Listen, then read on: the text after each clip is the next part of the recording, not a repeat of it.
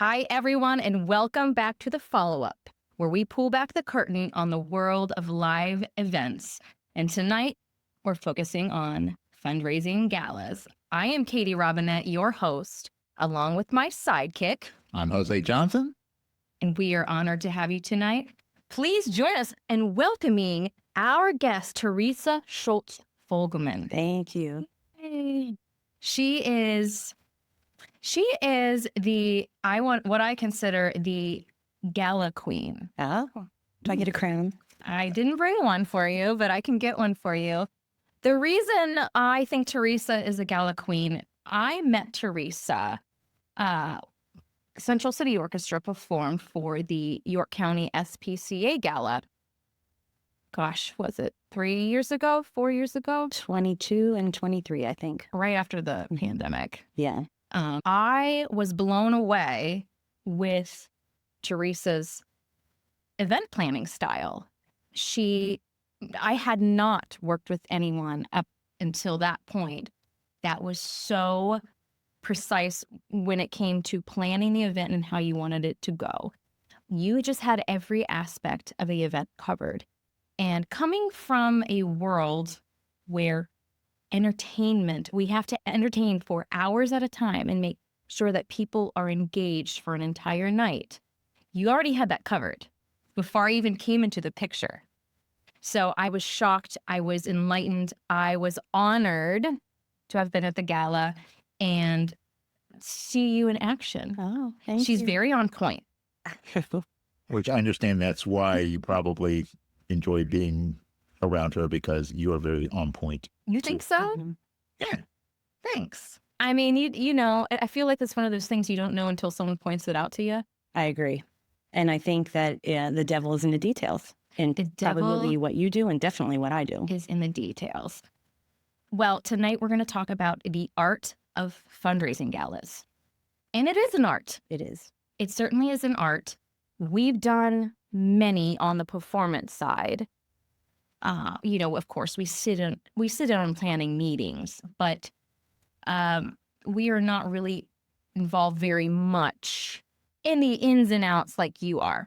A lot of times we show up, we do the job that we need to do, we entertain.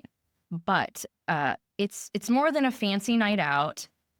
Galas are a major revenue source for a lot of nonprofits. In your key experience, what are the elements that make a gala truly successful? Well, I think first of all, thank you for that and for being our band. I think we had Central City Orchestra for 22, and then I'm pretty sure we had Downtown Sound for 23. Yeah. So you guys were great to work with. And I think really the success of an event kind of goes back to what I started out by saying: the devil is in the details. Mm-hmm. And I think it's important that an event, to plan an event, you should be planning an event like you want to go to. Uh-huh. And you guys have obviously performed at a lot of events, weddings, galas, everything else in between. Mm-hmm. And I have been to many, many galas, and that's kind of what started my interest in planning a gala, because I knew what I didn't want it to be. Mm-hmm. I knew what a good gala looked like, and I knew what a gala that needed some help also looked like. And you mentioned that it's a huge fundraiser for a lot of charity organizations. The gala is probably the single largest fundraiser they're going to do in a year. Sure. And it's also probably the most labor-intensive event that is, going to happen in a year. And you got to spend money to make money. Yeah, so there's a lot of things I could talk about with that, Sure. because a gala, it doesn't come cheap. And it's not for everybody. It doesn't fit everyone's. It doesn't fit everyone's agenda or mission. Right. But I think one of the things that makes what the galas that I've done have always been for organizations that were very connectable. And what I mean by that is I've done 8 galas in my tenure. I'm not a professional event planner, but I have always been an event planner, lowercase event planner, starting with my background in sales and marketing and kind of one-stop shopping in my career with everything related to the marketing world. Mm-hmm. I think that a good gala has the elements of a party while also connecting the guests with a mission. And so finding that mission or finding the right people to connect to the mission is critical. The charities that I've worked with, American Cancer Society and the SPCA, are both highly connectable, meaning there's no one that doesn't have someone related to, the American Cancer Society or dealing with cancer. And you're hard pressed to find someone who wants nothing to do at all with the animal rescue world or the, animal welfare world.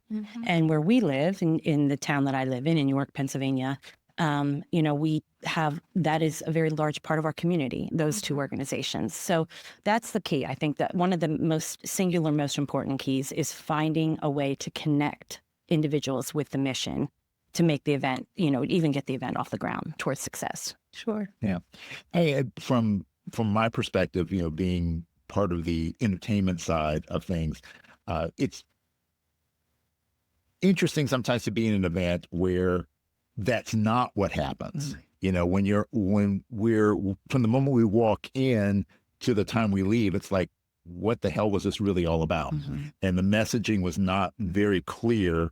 The theme, and while themes can have this kind of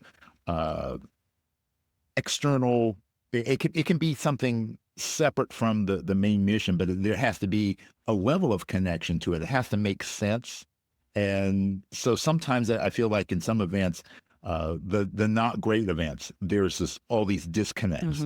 The mission is not clear. The theme has no correlation to the mission, and it's very haphazard. But when working with someone who has that very clear driven purpose, where the mission, the connection, the way everything is set up, everything is this cohesive unit. And those are the ones that you just walk out going, man, that was a great event to be a part of.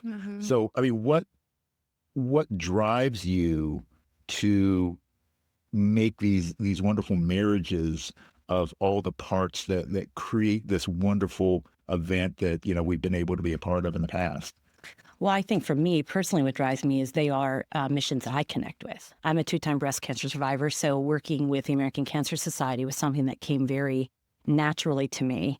Being in charge, taking over that event as the chair many, many, many years ago, I wanted it to be successful because it was for an organization that I was already raising a lot of money for and I was invested in.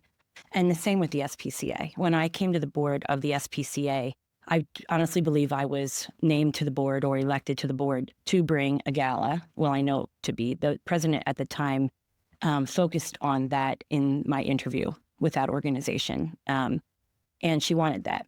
And so for me, the drive is because it's personal. But I think it's personal for a lot of people. And based on the fact that, we can fill those rooms and raise a lot of money, that's true. And when you talk about the disconnect, again, I've been to events where I'm like, are we at a party? Are we raising money tonight? Like what is happening here exactly? And the key is to make them married. Because at the end of the day, when I talk to a team or my committee, we have one purpose with this event, one singular purpose at the end of the day, and that's to raise money. And if we are not successful in that, then we've wasted money because, as we've noted, galas are very expensive to put on. Yes, they are. And, we have rules. Again, I'm not a professional event planner, but I've done a lot of studying and honing of my craft, if you will.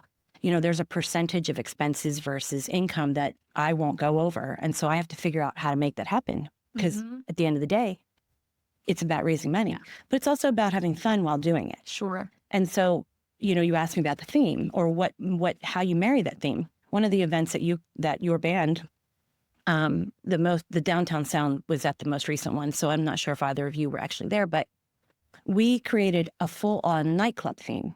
It was Studio 54 in that space. Yep. And it also helps that I have the best decor planner on the whole earth. He transforms that space and you would never know that you're in the ballroom of, the country club.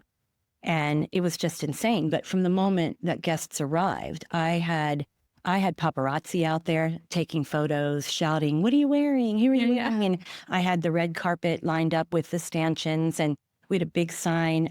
We named it the Augie's Nightclub. Nice. And no one knew who Augie was at that moment, but Augie was actually our canine guest of honor for the SPCA. The story was about him. And so we kind of kept that eye on that ball all night, weaving those themes together so that the mission speaks, but people are having fun in a thematic environment while it's happening. Like you said, you're there to raise money. And so it's there to create an environment where people want to spend the money. They want to be a part of it. And the exciting piece, I think, for the SPCA Gala is when you presented Augie on stage. Mm-hmm. People just kind of melted. People were, women in formal gowns and men in tuxes were crawling on the floor with this dog.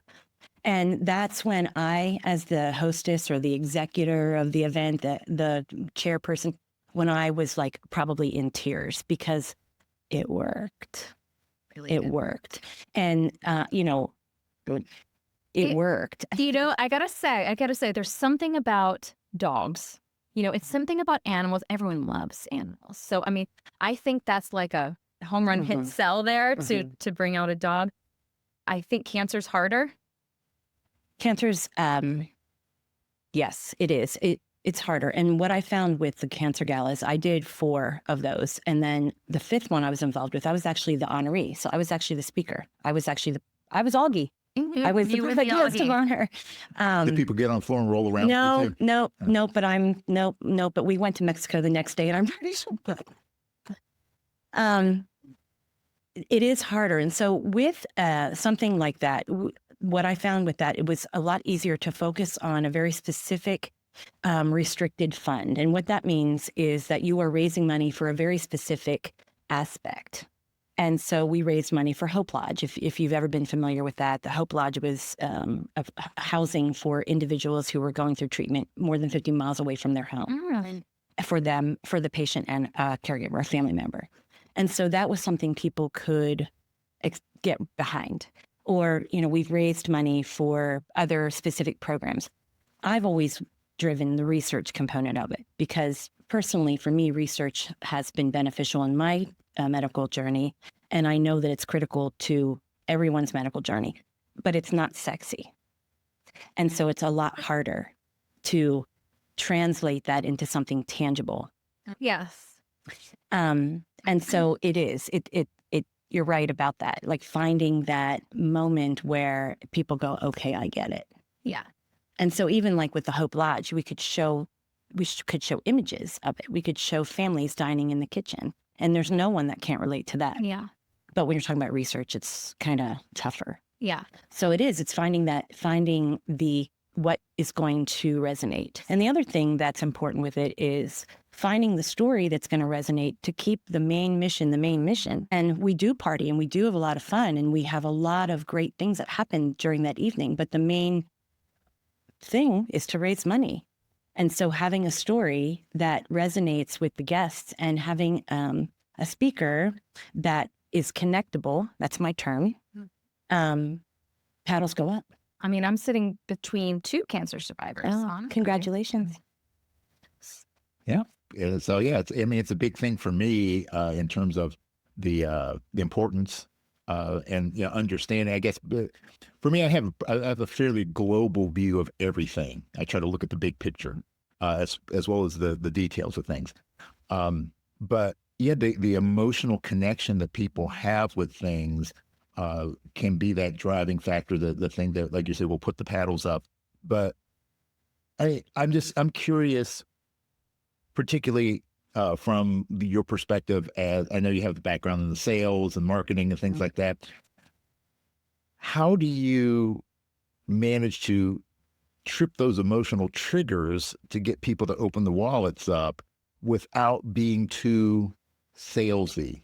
Because I know a lot of times when I get approached about doing things, that sometimes it's like, oh, really? There's kind of that cringe factor to it. How do you manage to, and I know connectability would be one of those things, how do you manage to bridge that gap between asking for the money and making people want to give the money? How do you bridge the objections that some people will throw up? So I think objections is a really good word because we run into a lot of them, whether it's in that environment at the gala or, in the beginning parts of raising money to get sponsors or to get people to donate items for the auction.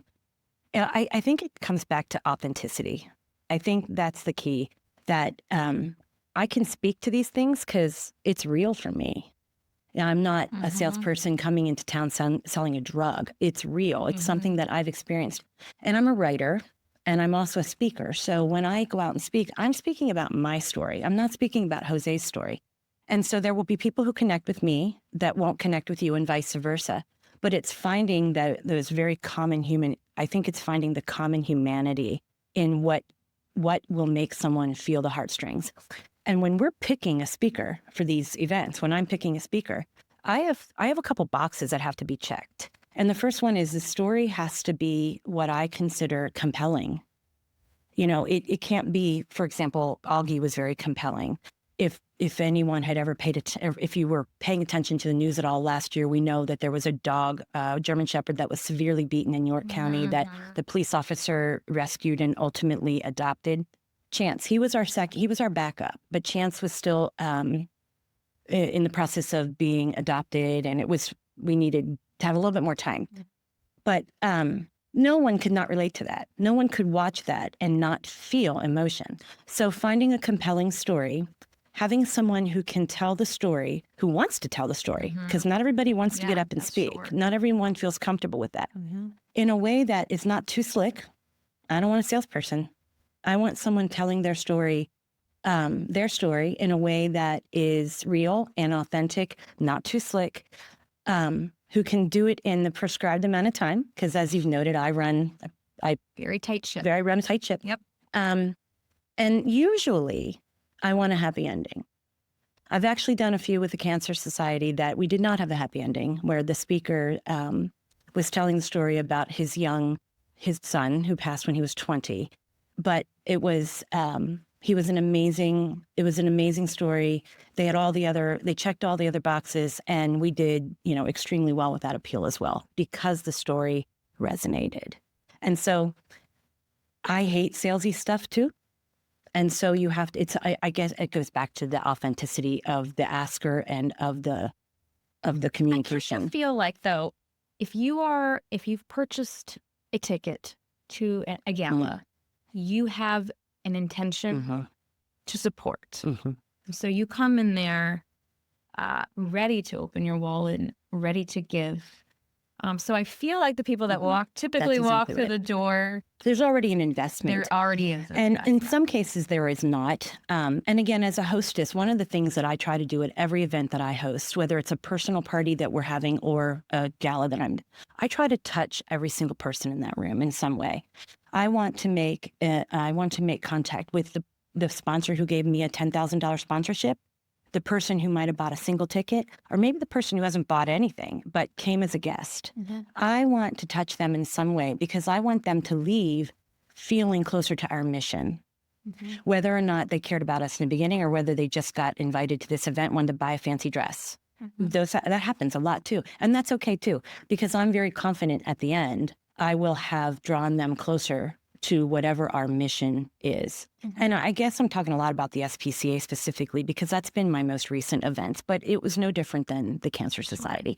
And, people would come up to me years later and say, I remember that gala, my grandma was diagnosed right after that. And so there are those moments of connection that stick.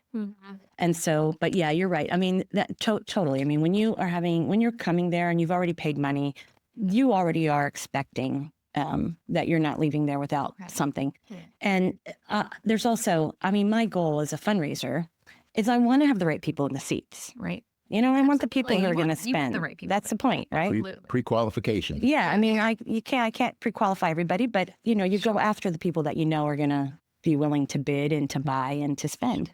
What I kind of want people to get from this podcast tonight is, especially those in the planning business of galas, is I want them to take something home to learn and to help with their galas. And I want to use this as a platform for them to learn from you, which is why it was so adamant that I had you here to kind of divvy out these little details.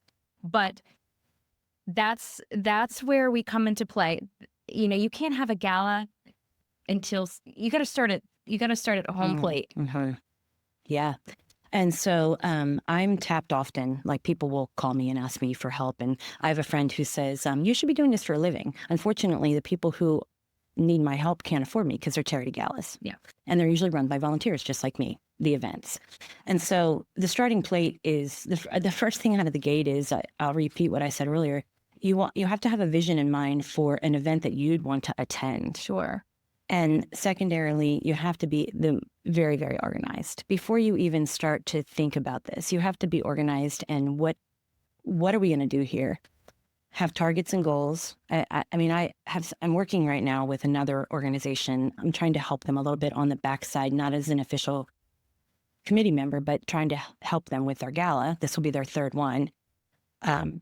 There were no goals. Well, what do you want to have happen at the end of this? How much money do you want to raise? What are your targets? Because that's how you build everything. Then you build a work plan. You build a timeline. You build your strategy in terms of how much money do I need to raise in sponsorship? And sponsorship is a big question. It's a whole nother ballgame. That's a whole nother ballgame. And so I think one of the things that separates an event planner, a fundraiser, from a wedding planner, because I've planned several weddings, is a wedding planner doesn't need to raise money. Yeah. Yeah. I have to do every single thing at a gala that I did for a wedding, every last thing. And I have to raise money on a sponsorship, and I have to put on an auction, and I have to put on an appeal. And so how do you start to get sponsors? Well, I mean, that's really hard. And first of all, you have to be someone who's willing to actually call somebody up or approach them. That's where the sales person and so comes into sponsorships play. Are development in any kind of fundraising environment is really sales, and it takes a long time to develop a sponsor. In the sales world, it takes 5 to 7 interactions before someone will buy or commit, and it's no different. I mean, the number of times I had to chase even my best friends who were they were not off the hook at all. Like, they were giving me money. It was just a matter of getting that check in my hand. You have to work that, and so it's relationships with people you already know, creating a prospect list, networking, asking people that you might have worked with in other events, who else do they know, or where have they gone? Somebody who might have been a sponsor for me in an event a million years ago is now at a different company, but I know that they're connected to my mission. Yeah. And so now I've got that company. And so it's really all about developing the relationships, networking with everyone you possibly can, working the sales process, and delivering what you promise on the sponsorships, because it's a lot easier to keep one than it is to get a new one, just like in any sales environment. So yeah, I mean, and the fundraising portion of it, the majority of the money for any of these events comes from sponsorships. That's like the big nut, if you will. And my goal was always to have my sponsorships wrapped by 6 months away from the event, because that's going to pay my bills. Yeah. Because after that, then I can relax and focus on other things. But I mean, it's labor intensive, it's work intensive, and you cannot be a shrinking violet. Yeah. You have to be. That's where I'd feel like I'd fall right off. Yeah, but there are people who on committees where they don't want to ask for money. So maybe they'll ask for an auction item from someone they do business with. Yeah. Nope, they don't want to ask for an auction item either. Well, maybe they'll show up to auction prep.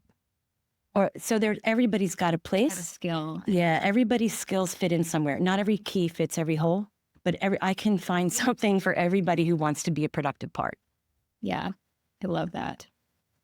I mean, obviously, well, with anything, organization is key. Yeah, you've got to have a plan. You got to be able to think things through. Start with the end in mind. Yes, you have your home plate, which is your mission. You've got the ultimate goal, and then you kind of have to fill in the gaps in between. But the harsh reality is that the best laid plans of mice and men sort of thing. How do you balance the timeline and keeping things moving and having from the initiation all the way up to the completion? How do you manage that and still find time to be flexible to the changing environments, whether it be the long-term changes that occur during the planning portion or the day of when something kind of goes awry? Hello, COVID. Yeah. So our first gala event for the SPCA was scheduled for May of 2020. Obviously, the world blew up in March. Yep. So I actually started that in December of 18. I put out a very quick little social media message saying, I'm back. I'm going to do another gala. Who's in? I didn't say for whom or for what. And I started getting messages, mostly from committee people from before. And so within a month or two, we had an official committee and we did an official launch. And we were on time. We were on track. We had everything rocking and rolling. And then 3 months before our event, the world shut down. So that was probably, talk about rolling with the punches, right? And at that time, everyone thought that, oh, this is only going to be 6 weeks, 2 months.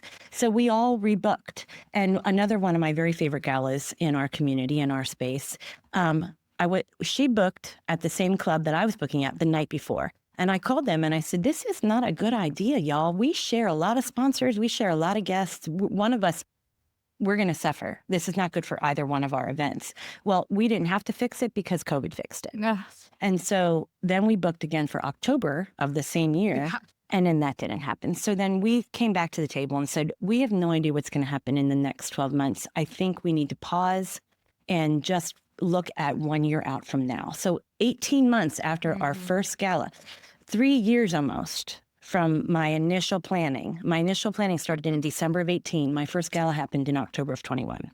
So how do you keep that timeline on and also find the space to be flexible? Number one, it's a regular routine accountability to the plan. The way I run things is I have a timeline plan that's all the same, and that also becomes the minutes. So everything is in that same document. Everything that is undone after the date that it was due. If the deliverable was due on May 10th and we don't have it done, it goes in yellow until it's done. It gets highlighted. So there's just a lot of, there's got to be a lot of room for flexibility because with that, I mean, I had to re-sign my contracts. I had to re-sign the club. I had to re-sign, my band. I had to re-sign everybody. Every time I had to go back with another legal document, with another contract. And, thankfully everyone was in the same boat. And flexible. Day of stuff, well, there's some, I'm lucky. I have listened to some of your stories and I know that day of stuff can really blow things up. I've not had that many, and I'm going to knock on wood. I don't think that's wood. We'll try that. I haven't had that many. I've had a few snafus. That first gala, 18 months after it was supposed to be scheduled, a couple things happened that night. This was to a new audience. No, we had not had a gala before. So there was not like I already had the brand. I didn't have this signature event. I had all new people in that room, including the staff of the SPCA who had never done this and didn't even know like what it was supposed to look like. When I was working with the development person, I said, I want you to Google the word gala and look at those pictures. And she said, which ones? I said, all of them. And she said, what event? I said, all of them. What state? Any. Because I just was trying to teach her that what it looks like, what a real, true black tie gala looks like. The biggest thing that happened that night was my band missed not one time, but twice their call. I remember you talking to me about this. So I know that in some cases you guys get hooked up to be the MC, but I always had a media person. And so they, and I run a tight script. Everybody says exactly what's they get a script twice and welcome back to the stage. And they weren't there. I had to go and find them. And so dead air, uncomfortable. I was embarrassed. I had a couple sponsors come to me after that and said, I don't know if this is the right thing. I don't know if we want to come back. And of course I had to beg them to come back because I knew that we were better. Yeah. And then we were. In the second gala, I moved the country club from one club to the other. I had 2 vendors not show up because they went to the wrong club. I remember that too. Yeah, you guys were at Central City was our band that time. Yes, I remember that. I had 2 vendors not come. And so they were like an hour late. They went to another country club. Yeah, so that happened. I remember that. I mean, that is what it means to be a professional, knowing you're hiring professional people, but, especially with bands, which is what I'm speaking for, is that, hiring professionals that are privy and understanding of what it means to be on time, on point, is so important when creating events like yours. Details. As you said, the devil is in the details. I think that might be the title of your show tonight. It is. The devil's in the details. But it's so important to hire professionals for events like these. And this was. Yeah. I won't tell you who, but Yeah, I know. I was there, and I feel your pain on that. And the band was, Yeah. Anyway, what you guys? Thank God. Yeah. No, I would never want that hanging over my head, ever, ever, ever. Well, and I think that speaks to the importance of the synergy of the people that are involved in it, and having it's not necessarily that you have to have skin in the game too much. I mean, you're getting paid, that immediately is your skin. But I think that when there's a level of commitment to not only doing your job, but doing your job to the best of your ability and seeing yourself as an asset to the event. And that's where, like, I do remember the SPCA thing now, because I'm a huge animal lover. And, some of the other events, there have been some events I've been in, and it basically has been a paycheck for me.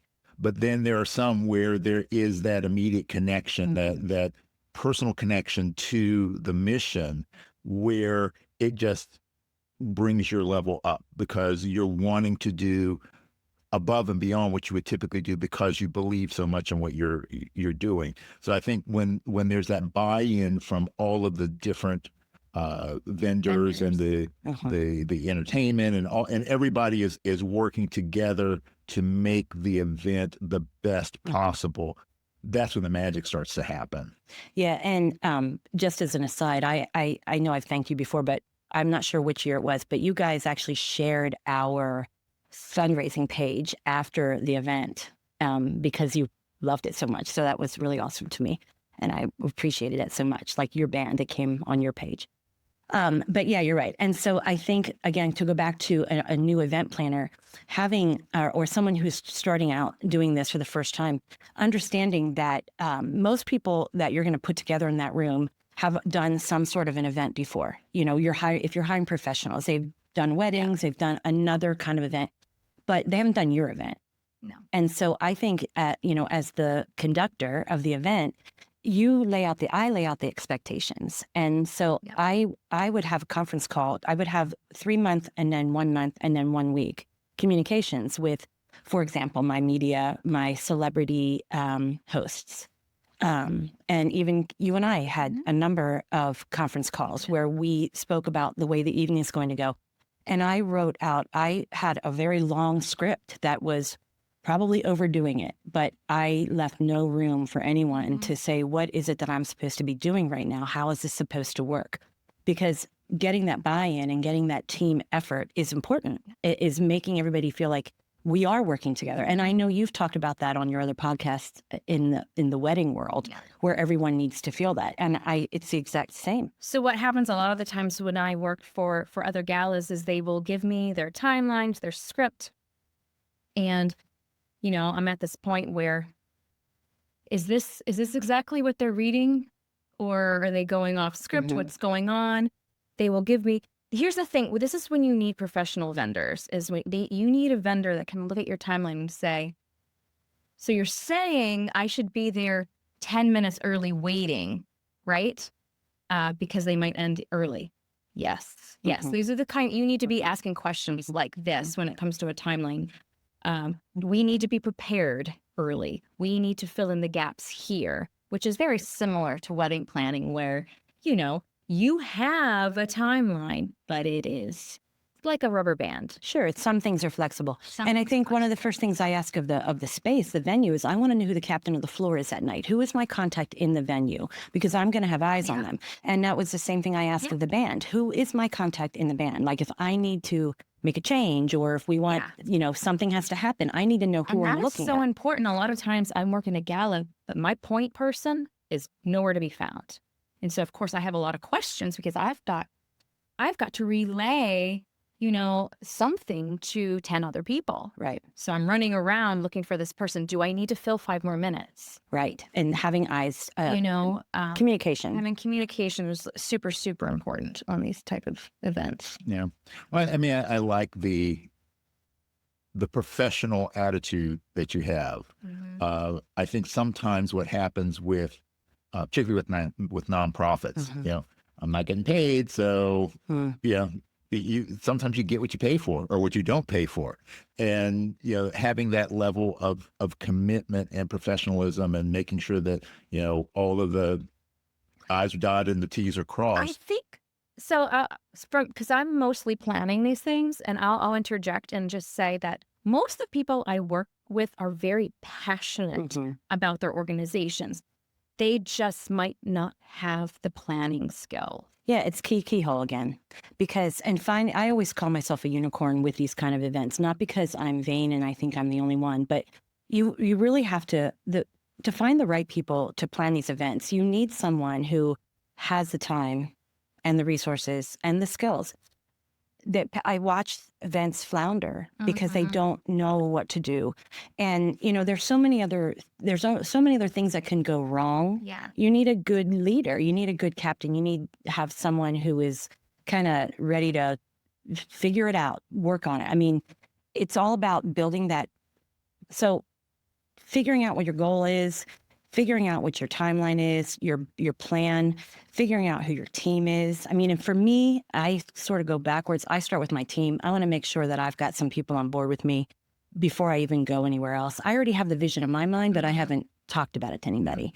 And, one of the challenges I had with the most recent gala is the organization was going through a great deal of transition, and I ended up doing probably 90% of the work myself. And that's a lot of work because I'm not willing to let my standards fall. Yeah. And so I'm willing, unfortunately, to the detriment of everyone around me, to do what it takes to deliver the event that I know. So my rule is, number one, you have to have all those things. And one of the other things I want to make sure I have that I add here is that the other mistake that people make is not picking the right time. Yeah. And not picking the right date. Yes. So where we live in a small community with finite resources. Yes. I mean, we're not in Philly, we're not in DC. Yeah. We're in a small towns with finite resources, with only so many philanthropic companies who are willing to write big checks, and a lot of nonprofits who want a slice of that pie. And so in our gala seasons, we have 2 in central Pennsylvania. We have spring gala season and we have a fall gala season. The problem with that is we also have a lot of people who are trying to share that space. And then in the fall gala season, you have to pick the right date. And I'm looking at you, Penn State football, because that's a problem. Bobbing and weaving around Penn State football in central Pennsylvania is a thing. It's a real thing. And so praying that you're going to land on, at the very best, an away game of a team that nobody cares about. Yeah. Secondarily, landing on a home game that's at noon. Well, actually, really, a bye is like the real, a bye is the best. And then, really just sinking low when you realize a game is an evening game. You're also dodging dates and, with brides and grooms. Yes, during with weddings. Spring and fall. Well, yeah, I mean, especially now, I think fall is a very popular time for weddings. And so that's a problem not only for that's a problem for the venue, it's a problem for the band, it's a problem for everything. And so going into it without that knowledge or that real planning of that, I mean, sometimes you got to plan way far out to make sure that you get what you want. It's just like planning a wedding, except for I got to raise money doing it. Yeah. And my goal is always the next one is the best one. That's nice. That's good. So that's my saying. The next one is the best one. Knowing I've already put a really, really good one on top of the one I did before, always looking for more money, more attendance, a better, unique experience for the guests. Yeah. So are you planning anything now? No, I'm on hiatus. You're on hiatus. I'm getting ready to plan my own 60th. Oh, yeah. I told you. You did tell me about this, so this is exciting. Yeah, you like to throw big parties. We throw big parties, Yeah. Well, the reason I brought this up and I asked you that question is because it seems to be an unusual year. Our first gala we did this year, and I'm not going to put any names out there in the universe, but we've done it for several years. And attendance was pretty dismal this year. I think people are afraid to spend money. I think people are afraid to commit. And I don't want to say it was disappointing, but it was not like the prior galas. And I think it was a bit disappointing for the organization. And, of course, we did what we could on our end as a vendor to assist and to kind of promote. But I don't know if you're aware of any challenges for 2025. I haven't heard anything specifically, but honestly, I'm not planning right now, other than I'm doing this sort of backdoor planning with a friend who's hosting her gala, and she's still in the building years. So I'm expecting that she's going to have a better gala than she did last year, better than the first year. So I think that probably the economy and all of those things that you talked about play a role. But I also believe, and I don't know which gala you're referring to, and I don't want you to tell me, but you said you've been doing it for a couple of years now. I also think they have a lifespan. Mm-hmm. And I think that it's very challenging as an event planner to keep coming up with something new and fresh and exciting, and keep making it fun. And because again, it can become a signature of the organization. It almost becomes a part of the brand. Mm-hmm. When you have a really good gala year after year after year, it becomes so important to that planning, that budget, that fundraising component of that organization, that you have to keep making it better and better. You have to keep growing it. You have to keep making it fresh. And when you have 7 or 8 other galas, or 10 or 15 in the same year, all trying to chase the same theme or chasing the same thing, it's hard. And sometimes they're just tired. Yeah. When people start to get, I don't want to say bored, but you might need to pivot. Mm-hmm. We've done, pivot. It's been done. Yeah. And we'll still donate, we'll still support in other ways, but it's not really fresh or exciting anymore. Yeah. And that's a hard thing. That's a very hard thing to manage. I haven't heard anything specifically, but my own attendance at galas, I mean, we're usually a 4 or 5 a year in addition to whatever I'm working. And I don't know that I'm looking at you, Penn State football. We're missing a few. We're missing a few. And, with other travels, we're missing some things. And so I won't even be going to as many. Yeah. I think it's kind of an unusual year, but I'm hoping things will shift. It's been an unusual couple of months. Yeah. I'll just say, I mean, there's a lot that's happened in this past we couple could, of months, but obviously we have a whole new government. We have a whole new stuff everywhere. And I think people are on edge. And, it's hard to go and spend $150 or $175 on a ticket to a fundraising event when I need to buy groceries. Yeah, absolutely. And that goes back to cultivating the right demographic. Absolutely. We're a small community too, that makes it very challenging. Okay. So I'm going to open this up. Okay. I've got rapid fire questions. Okay. So it could be anything, it could be everything, but I want to know what's the biggest challenge you've ever had with planning a gala? Not having a lot of support, not having man-hour support, not having boots in the field to help me raise money, to help me gather donations, to help me actually put together an auction, which is, I run a very large auction. I follow a standard of 1 to 1.5 items per bidder, which is sort of an industry standard. Some people don't like that. That's a lot of work. That's a lot of hours. That's the biggest challenge I've had. Honestly, that's my biggest challenge. Yeah. Okay, my turn. Your turn. What's the most interesting theme for a gala that you've either hosted or attended? Wow. So I'm going to talk about my galas. I have had, I've had three of my galas. I've done 8. My 3 top is the 10th anniversary of the SPC, or the American Cancer Society Benefit of Hope, where we got to honor, we did a special thing where we honored every single sponsor from day one. And so that was a really, really amazing night. Like, we gave glass. It was like a big deal for me. And it was the last one. I stepped down after that, after 4 years, and it was a big event. The second one was, I believe it or not, our Outdoor Country Club's 125th. I didn't have to raise any sponsorship for that. So I got to focus on some really, really great fun things. And we had the same decor planner that we always have. And it was just transformed and amazing. But probably honestly, my very, very favorite ever was the most recent, the nightclub I theme. thought so. I thought she was. It was just a super fun night. I mean, it was cool. It was fun, and we did, we kept people engaged, and it was fun. What's the one most important piece of advice that you would give a new gala event planner?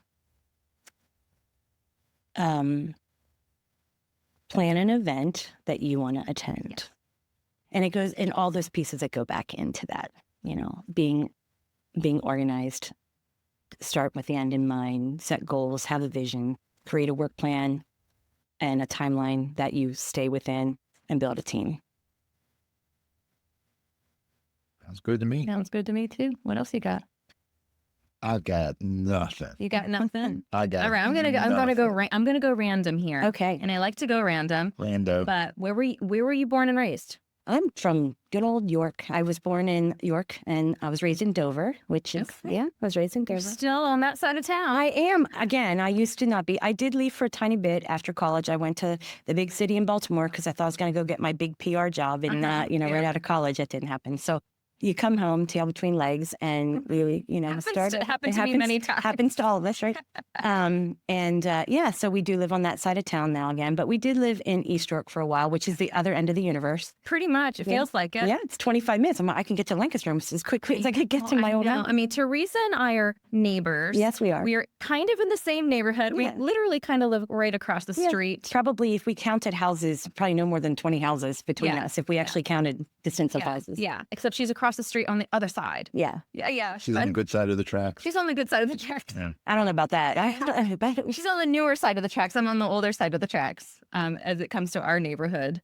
All right. What's your favorite food? Oh. I don't know. Pasta, Italian, Ooh, pizza. Italian, Yeah. Chinese. I don't know. Pizza, probably. So you don't discriminate, really? No, not really. Equal opportunity. I am. Hey, so am I. I mean, hey. Yep. Okay. You speaking of random, Yeah, random. if there was one organization that you could put on a gala, anywhere in the world, So, on my vision board from when you're in your 20s and you're doing your vision board, I wanted to be on the board of the SPCA, and I wanted to do a gala for the SPCA. I had nothing to do with the SPCA other than having adopted, a couple times from there in our younger marriage situation kind of thing. And even before that, I was always an animal lover, and I wanted to support. So I actually achieved that. I wanted to do a gala for the York County SPCA. I don't really know. I think about that a lot. Like, who would I want to do for next? And I'm going to take it full circle back to the very beginning where I say it has to be connectable for me. So like this organization that I'm kind of helping a little bit with some consulting, it's a phenomenal organization with an incredible mission that I have zero connection to. So I don't have, I feel for all the people that do. And I have people in my very closest social circle who do. And so I can relate, empathetically that way, but it's different. It's completely professional for me in this regard, right? Like, I know when I'm helping her, it's because I'm trying to help them raise more money for their mission. There's not a passion for me in the same way. And so I don't know. I'd have to really think about that, because anyone who knows me knows that I have two passions. All you have to do is get on my Facebook page and you'll see that I only ever talk about breast cancer and dogs. So that's PDA. She does. I vouch for that. But you also like to travel. Yeah, we You travel love a to lot. You travel a lot. As a matter of fact, we had to really pick our dates to get in here. Yeah. Around travel, and then I got sick, and it was a whole thing. But where's your favorite place you've been to? Oh gosh. So we've been to some great places. We've been to a number of places in Europe, and probably my favorite, we've been to Italy, but we've been to Spain twice. And I think that I actually like Spain even more than I liked Italy. But we've been crazy places. We've been to Morocco. We were in Argentina. We're going to Tanzania in the fall. So who knows? It's exciting. Yeah. Wow. Well, I think you've been like a master class Oh, thanks. tonight. I'm hoping that other event gala planners retain something from this, kind of get some knowledge Is there anything else that you would like to share with our audience tonight about what you do, what your passion is, or any kind of piece of knowledge that you'd like to share? Well, so I think I've probably put a lot out there. I think the biggest, I'd like to, make the differentiation between a professional event planner who has maybe some different processes than what I do as a volunteer event planner. That there is a little bit of a different process because I have to manage a volunteer team. It's different than managing, like when I was a boss, when I had a team that worked for me, if something didn't happen, something happened. Yeah. And when you're managing people who don't have that same level of accountability, unless they have the same level of passion, that can be a challenge. Essentially. And so, again, I think it's really goes back to, the same thing, really having a connectability, finding the people that share your passion and who are willing to work as hard as you, or at least willing to give you what they can in that process. And, just doing it out of love. Everything that I talked about and all of the rules and all that stuff, but you have to have fun too. Yeah. Right? Like at my events, I have a rule that no one on my team, no one who's speaking, no one on my team drinks. And no alcohol, except for, maybe the toast until the work is done, the business is done. And then you find me on the dance floor. Mm-hmm. And then, then you get nuts. So I think it's just about the connectability, the passion, and the reason, the mission. Well, just for fun, I'm going to tag all of our local nonprofits in our area because I think everybody's important, and I think it's important to support everybody and their mission. So I'm going to tag a lot of the ones that we work for and a lot of the other ones that we do not, because I think everyone deserves a platform. So I'm going to put those in our comments. I thought we had a great time tonight. Thank you so much for joining us. Thank you for having me. Yeah, everyone, Teresa Shultz Fogelman, everyone. Thank you so much. I appreciate you diving in and giving us the intel. Anything else? No? All right, everyone. Thank you, and we'll see you next time. Peace out, y'all. Thank you.